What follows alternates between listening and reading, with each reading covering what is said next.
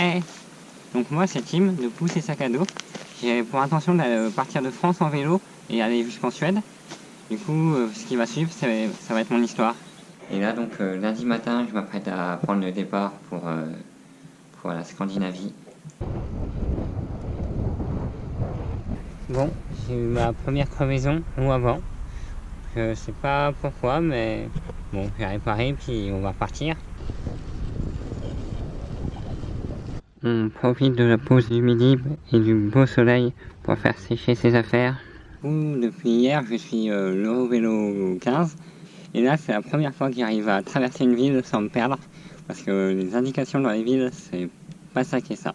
Donc voilà, je suis plutôt content de moi. Avec des pommes que je viens de ramasser, c'est quand même bien de voyager en automne.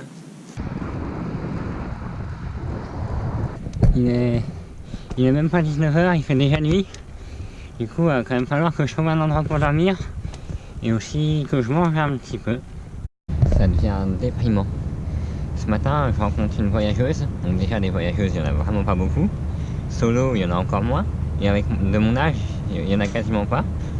En plus, elle m'adresse sa parole, genre elle me fait « hello », donc elle répond. Et un peu plus loin, elle continue à faire le premier pas en me demandant « Are you traveling ?» Et là, je réponds juste « Yes ». J'avais plein d'autres questions, mais non, ça sortait pas.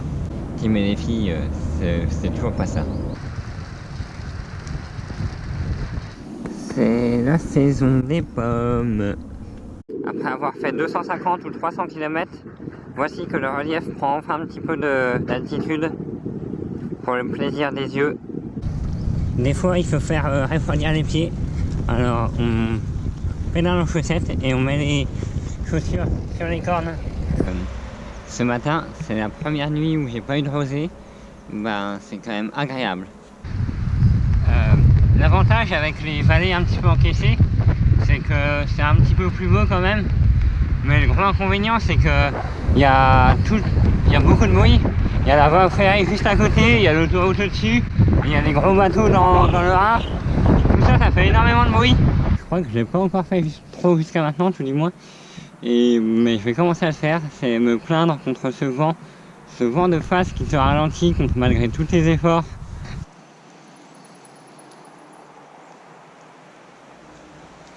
On va pas se mentir, je viens de trouver des toilettes assises et propres, c'est quand même vraiment confortable. Quand tu utilises l'eau des pâtes pour faire ton café.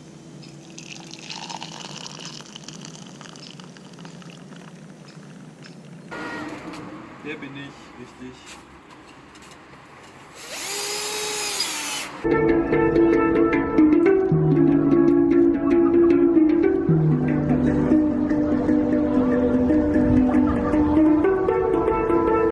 Après avoir passé la nuit à côté d'une église, j'ai traversé toute la zone de Düsseldorf, donc une grosse ville, de nuit, enfin très tôt ce matin. C'était pas agréable et c'était long, bruyant. Et là je me retrouve enfin en pleine campagne. Ça fait du bien. Les indications de l'Eurovélo, c'est vraiment pas ça qu'est ça. Je passe quand même beaucoup de temps à les retrouver, à les chercher. Ce qui fait qu'au final je fais pas tellement de kilomètres que ça dans la journée. Par contre des fois tu retombes dessus, tu sais pas comment, tu es au milieu de nulle part et là tu vois une flèche. Mon vélo vient de tomber, du coup bah j'ai un rétro en moins. Voilà, 3 heures de pause à midi, ça fait du bien. Tous les soirs c'est la même chose, je vais dans un magasin pour acheter un peu de la nourriture et après je cherche un endroit pour dormir. Ça y est, ce matin j'ai passé la frontière hollandaise. 24 ans et je deviens un petit peu plus prudent. La preuve, j'ai mis un casque qui se voit bien, un gilet fluo et même des lumières rouges à l'arrière de mon vélo.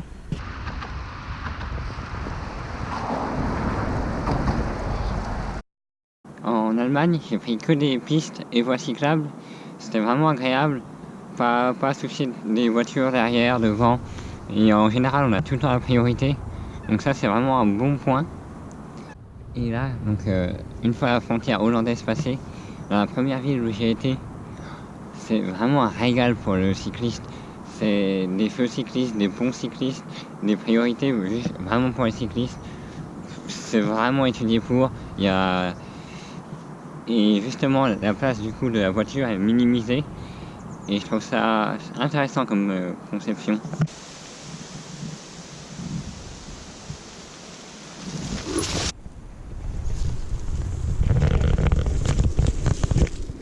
À chaque fois que je freinais, ma fourche s'enfonçait et du coup le pneu il touchait ma sacoche. Donc je me suis arrêté au magasin, il m'a mis un peu d'air dedans et là c'est bon, c'est reparti.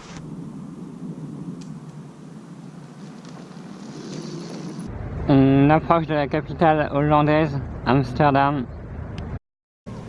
Et voilà, il m'aura fallu 6 jours pour faire Strasbourg-Amsterdam en vélo. C'est pas mal, je suis content de moi. Et donc c'est la première étape qui est franchie, maintenant il me reste 2 autres. Donc Copenhague et Stockholm.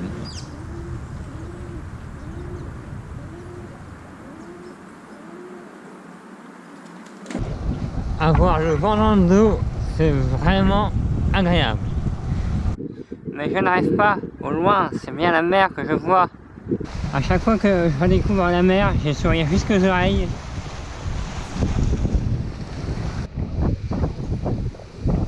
Après 6 jours, 6 nuits passées dehors, je me suis réservé un Airbnb. Du coup, ça va faire une petite journée confort. J'ai fait 100-120 km. Et ce soir, une bonne douche. Elle va faire terriblement du bien.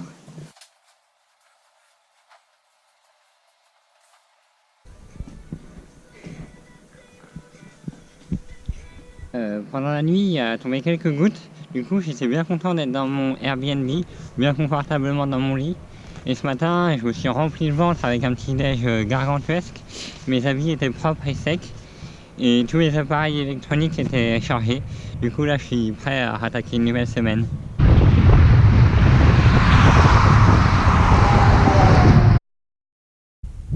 « 28 km de ligne droite. Donc j'étais sur une digue avec sur mon côté une autoroute et de l'autre côté, de chaque côté la mer. C'est la première fois que j'ai mis des écouteurs parce que le temps était long et c'était bruyant.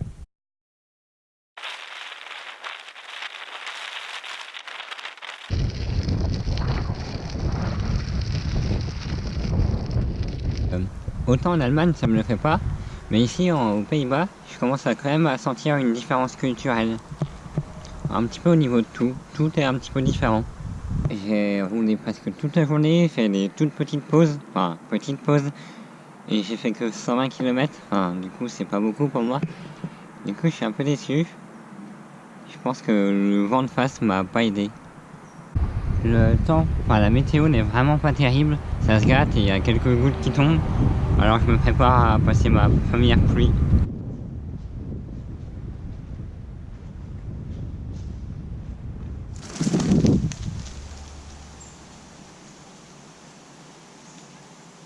Un petit coup de gueule là, c'est quoi ces villages de merde là, où je trouve aucun abri pour m'abriter? J'en ai marre. Remettre des chaussettes mouillées le matin, c'est quand même pas terrible. Et en plus d'avoir dormi dans un abribus, ce matin je me suis fait réveiller par des petits qui allaient à l'école. Je me suis fait réveiller mais ils approchaient pas trop, ils avaient un petit peu peur de moi. Mais je n'arrive pas, c'est le soleil qu'on voit là-bas.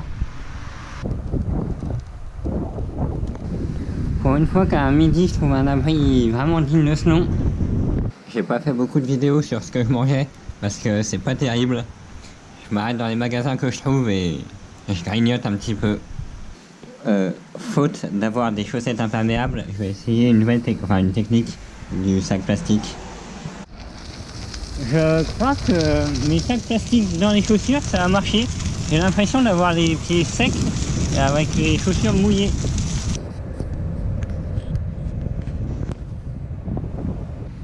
Je suis tombé un petit peu par hasard sur un magasin pour activités outdoor et du coup je me suis fait plaisir, j'ai acheté des gants waterproof et aussi des guêtres pour protéger les chaussures et chevilles. Du coup maintenant je suis pareil pour la pluie. Et là je me rends compte qu'un bon équipement ça joue quand même sur le mental. Ça aide beaucoup. Ça se verra peut-être pas à la caméra, mais là c'est du chemin du chemin qui roule, du chemin sans voiture à côté, sans bruit, du chemin qui fait plaisir à rouler. Waouh, mais quel temps de merde, putain! La pluie, c'est un petit peu comme faire tomber sa tartine le matin. Mais avec des lunettes, c'est comme si ta tartine elle avait emporté le bol avec et que t'es tout éclaboussé. C'est super chiant. Je vois rien, je suis tout le temps en train de les essuyer, donc là j'avais mes gants, etc. Hier au magasin, j'ai aussi racheté une cartouche de gaz. Du coup, je suis plus trop limité, je peux pouvoir me faire des cafés. Et la bonne nouvelle, j'ai même une prise électrique pour recharger mon portable. Si c'est pas beau ça.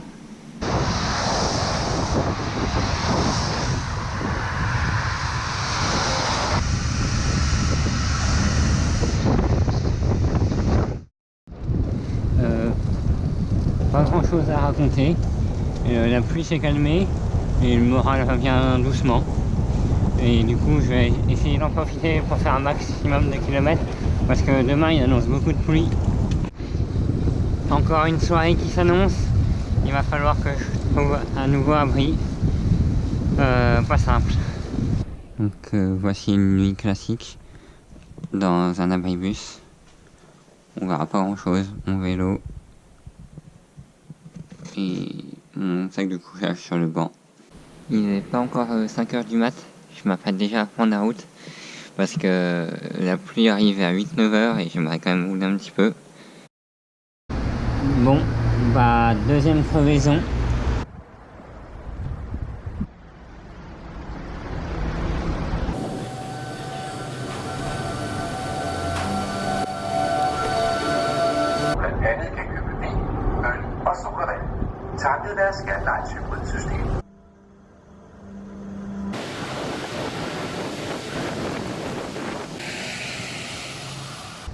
Bah voilà, je suis au Danemark, mais le temps est toujours aussi pourri. Du coup, ça m'avance pas beaucoup.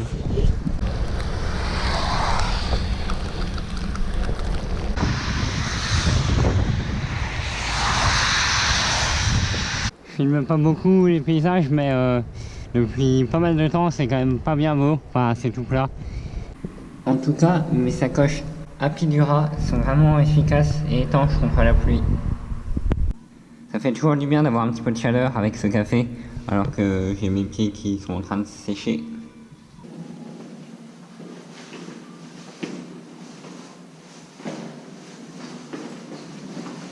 Après une nuit pas terrible, je découvre que ma roue avant est crevée.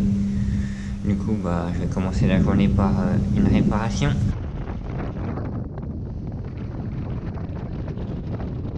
Il pleut, il y a du vent, il fait froid, et en plus, il y a une nouvelle crevaison. Putain, 11 h du mat, et déjà la troisième crevaison. C'est vraiment des routes de merde au Danemark. Parce qu'à chaque fois, je trouve des corps étrangers qui viennent percer ma chambre à air. Trouver un endroit sans vent est vraiment compliqué. Là, je crois que je suis dans une propriété privée, juste pour pouvoir faire chauffer mon eau. Putain, depuis ce matin, j'ai un vent de face épuisant. Je me suis trouvé un camping avec des bungalows, du coup à l'abri d'une entrée de bungalow, voilà, pour dormir. Première nuit où les températures ont été négatives.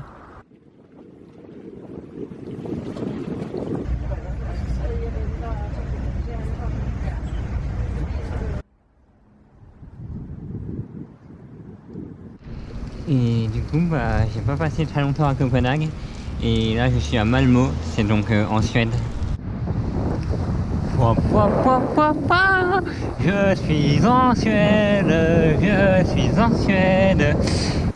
Ces derniers jours, j'ai eu beaucoup de vent et les températures se sont bien refroidies.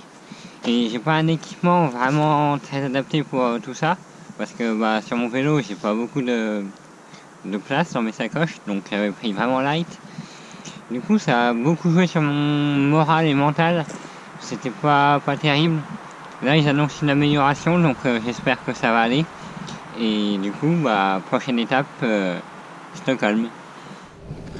Et ce soir, j'avais réservé un Airbnb pour ma deuxième semaine. Et là, j'arrive, maison fermée, tout est éteint, il n'y a personne. Finalement, le Airbnb, il n'était pas là, mais il est revenu et il m'a ouvert. Donc j'ai une superbe maison pour moi tout seul. Et en bas, j'ai ma chambre, un sauna, une salle de cinéma. C'est vraiment pas mal. Et dehors, il y a une piscine, trampoline et tout. Et du coup, tous les soirs, je regarde mon itinéraire. Et là, plus spécialement, une grosse direction. Donc je pense Göteborg jusqu'à Stockholm. Ça passe par Google Maps, mais aussi avec la météo pour voir s'il va pleuvoir, la direction et la force du vent. Et je me suis pas beaucoup plaint musculairement et physiquement, parce que je vais vraiment à mon rythme, et du coup je force pas plus que je peux, et donc j'ai vraiment pas mal. Dans les montées, je sens un petit peu mes cuisses, et le matin un peu mes bras, mais sinon tout est bon. Et en plus, j'ai trouvé une goutte d'huile d'olive pour graisser un peu ma chaîne. Et là, elle fait plus de bruit, c'est bon. Ça, je sais pas si c'est bon pour la santé, mais c'est vraiment trop bon. C'est à la cannelle. Les premiers vestiges de neige que je rencontre.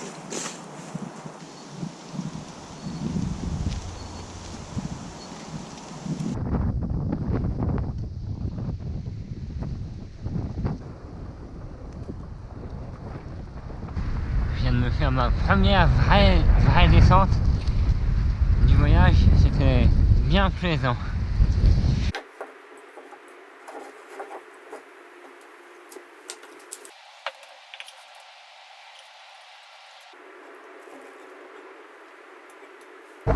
J'ai un passage qui est inondé, alors je préfère prévenir que guérir, donc je me mets déjà pieds nus si je tombe.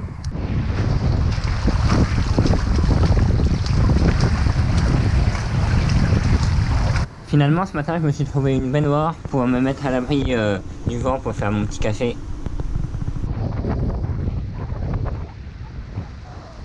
Du coup, j'ai réfléchi pour changer mes plans. On va voir ce que ça va donner.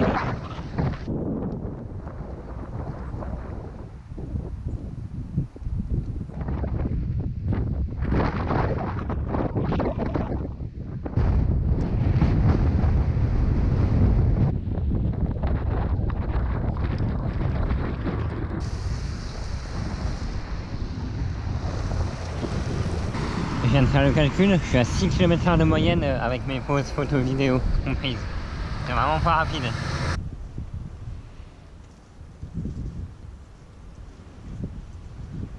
Du coup, les guêtres, c'est ça. Ceux-là, c'est un peu orienté cycliste. Du coup, ça me permet de me protéger de la pluie, mais ils sont pas encore totalement étanches. Du coup, je rajoute un sac plastique dessous, et avec ça, c'est tout bon. La nuit arrive, alors il va falloir remettre le gilet jaune, sortir à la frontale, allumer la lampe à l'arrière, et c'est parti. Et j'avais oublié le plus important, trouver un abri pour la nuit, donc un abri sans vent, sans pluie, et si possible un peu sécurisé. Le soleil va bientôt se coucher, il est 4h15. En vidéo, vous n'allez pas beaucoup avoir mes bivouacs, parce que j'arrive tard le soir et je repars tôt le matin. Et donc avec la caméra on ne verrait rien du tout, mais c'est bien la belle étoile, juste avec un sac de couchage, pas de tente, et ça c'est assez difficile, et là surtout au Danemark et en Suède, j'ai vraiment du mal. Et ce matin j'ai regardé un petit peu, et pour la suite de mon voyage j'ai une mauvaise nouvelle, parce que je pensais prendre un ferry Norvège-Écosse, mais finalement il n'existe plus, et bah du coup je sais pas du tout ce que je vais faire, ça va bien changer mes plans. Depuis le temps que je voulais le faire, j'ai fait ma bonne action, c'est rendre les bouteilles plastiques avec les consignes. Du coup c'est 20 centimes, mais ce que je savais pas c'est qu'ils donnent un bon d'achat dans un supermarché. Et moi je voulais juste des monnaies. Parce que ouais, niveau de l'eau, j'ai du mal à en trouver ailleurs que dans les supermarchés, donc j'achète ça en bouteille. Je sais c'est pas top, mais on fait comme on peut.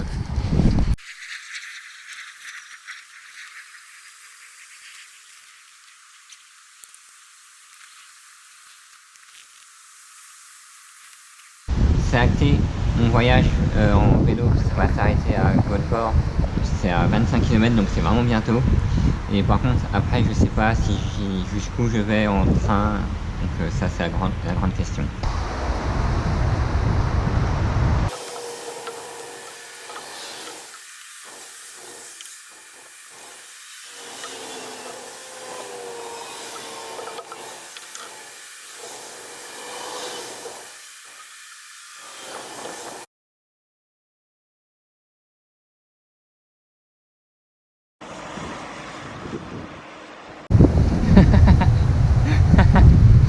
C'est bon.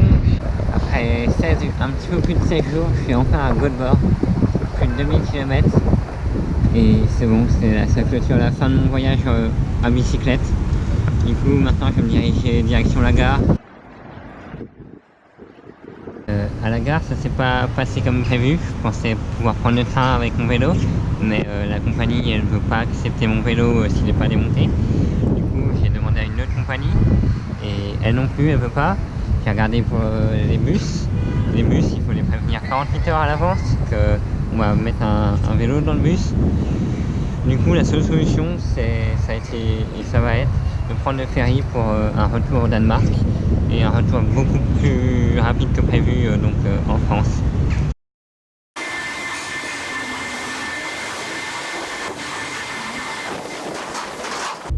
J'ai traversé tout le Danemark en train et là je me retrouve en Allemagne avec du soleil, donc c'est super. Et en plus, ça, je ne sais pas si vous connaissez, c'est Interrail. Ça permet de prendre tous les trains d'Europe sur une durée limitée, mais autant qu'on veut. Donc ça va me permettre de rentrer en France et peut-être après de repartir. Hey hey, direction Hambourg. Première fois que je monte dans un train luxembourgeois. C'est mon 7e train de la journée depuis 4h45 jusqu'à 22h15. C'est bon, je suis enfin arrivé en France. Longue journée. Et le mieux dans tout ça, c'est que ce soir, je suis hébergé chez un copain de longue date. Du coup, ça va être super cool. Et puis demain, normalement, il me ramène vers chez moi. Donc ça, c'est vraiment le bon plan. Merci à lui. J'ai passé 24 heures donc avec un ami. Et hier, il m'a déposé près de chez moi. Mais pour une dernière nuit, j'ai préféré la passer ici, avec une vue plutôt calme et reposante sur la nature haut-marnaise. Du coup, toutes les nuits que j'ai passées dehors, je les ai passées juste avec 2 sacs de couchage et un petit matelas en mousse. Et mon vélo n'a jamais été attaché, j'ai pas eu de soucis. Et une nouvelle crevaison, mais cette fois-ci c'est au niveau de la chambre à air. Je pense que c'est une mauvaise qualité de la chambre à air, parce que ça n'avait pas percé là.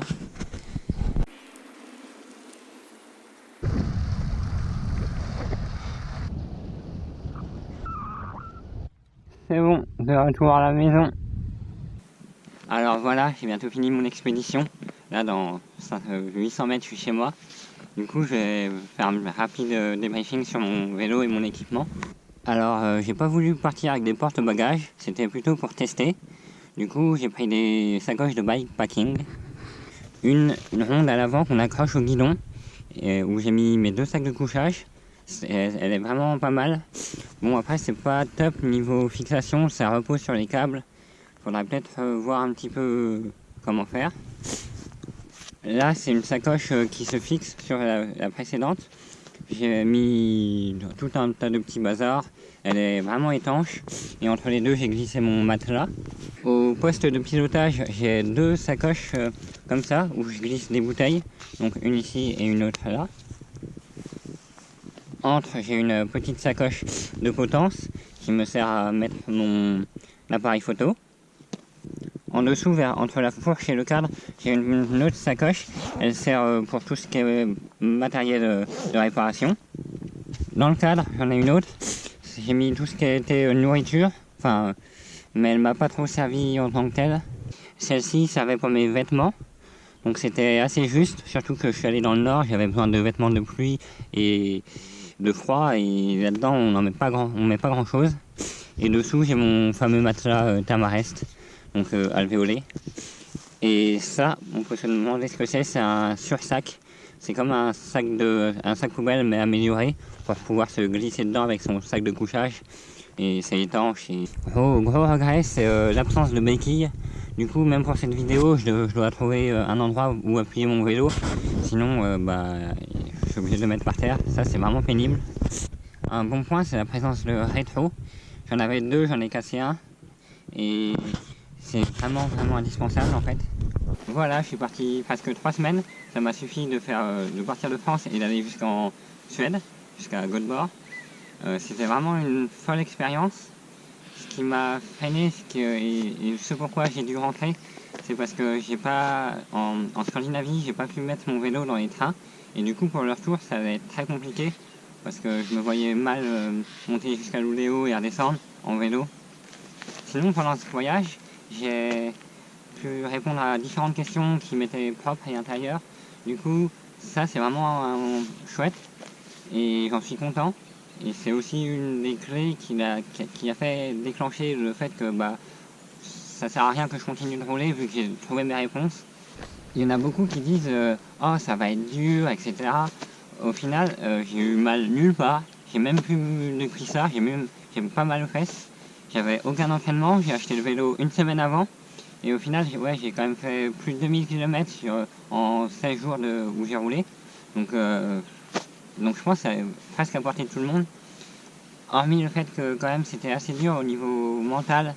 Quand tu as une journée de vent, une journée de pluie, le soir, pour avoir la motivation de continuer, c'est quand même pénible. Et du coup, je vous laisse découvrir quelques images que j'ai prises durant ce voyage. Allez, à une prochaine!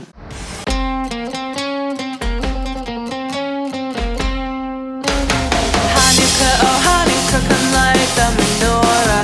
Let's have a party, we'll all dance the hora. Gather round the table, we'll give you a treat. Said people need to play with the life as we speak.